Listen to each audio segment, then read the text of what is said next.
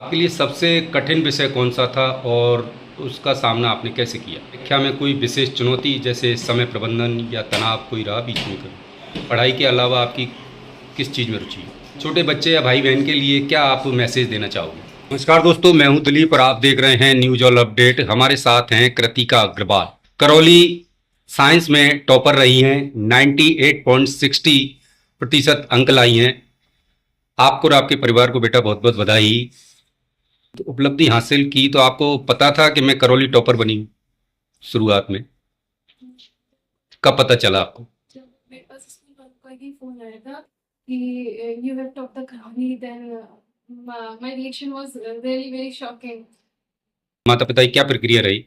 सभी बहुत खुश थे और एक्चुअली उस टाइम पे हमारे घर में कुछ फंक्शन भी चल रहा था, तो सभी रिश्तेदारों को भी पता चला, तो सभी बहुत खुश हुए। बहुत खुश हुए।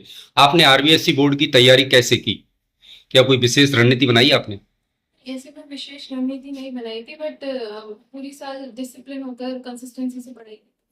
आपके लिए सबसे कठिन विषय कौन सा था और उसका सामना आपने कैसे किया? एट द टाइम मुझे सबसे कठिन हिंदी और फिजिक्स ही लगते थे। तो हिंदी में तो मतलब बैलेंस हो गया, बट फिजिक्स में लास्ट टाइम पर एनसीईआरटी में और उनके डेरिवेशंस वगैरह पर भी ज़्यादा फोकस किया गया। अच्छा, आपने कोई मॉडल पेपर्स या पिछले साल के प्रश्न उत्तरों का या विषय का किसी का चयन किया आपने, या टीचर्स का सहयोग रहा आपका? टीचर्स का तो बहुत सहयोग रहता ही है, उसके साथ में जो प्रीवियस ईयर पेपर्स थे उन्होंने बहुत मदद की, उनसे भी कुछ क्वेश्चन आए थे। कोई विशेष टीचर जिनका विशेष सहयोग रहा आपके लिए? हाँ, हमारे बायोलॉजी के आरपी सर हैं, उनका बहुत सहयोग रहा था। अच्छा, क्या इस साल परीक्षा में कोई विशेष चुनौती जैसे समय प्रबंधन या तनाव कोई रहा बीच में कभी? नहीं, सब कुछ। आगे क्या करना चाहते हो? उच्च शिक्षा में जाना चाहते हो या डॉक्टरी वगैरह या यूपीएससी वगैरह की तैयारी?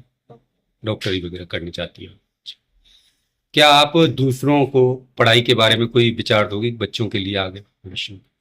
विचार तो बस यही है कि पढ़ाई तो करनी पड़ेगी, किसका कोई शॉर्टकट नहीं होता, पूरी साल पढ़ना पड़ता है। ऐसा नहीं कि हम बीच बीच में छोड़ दे, तो बीच बीच में छोड़ेंगे तो कंसिस्टेंसी नहीं रहती है, फिर कंसिस्टेंसी तो रखनी ही पड़ेगी।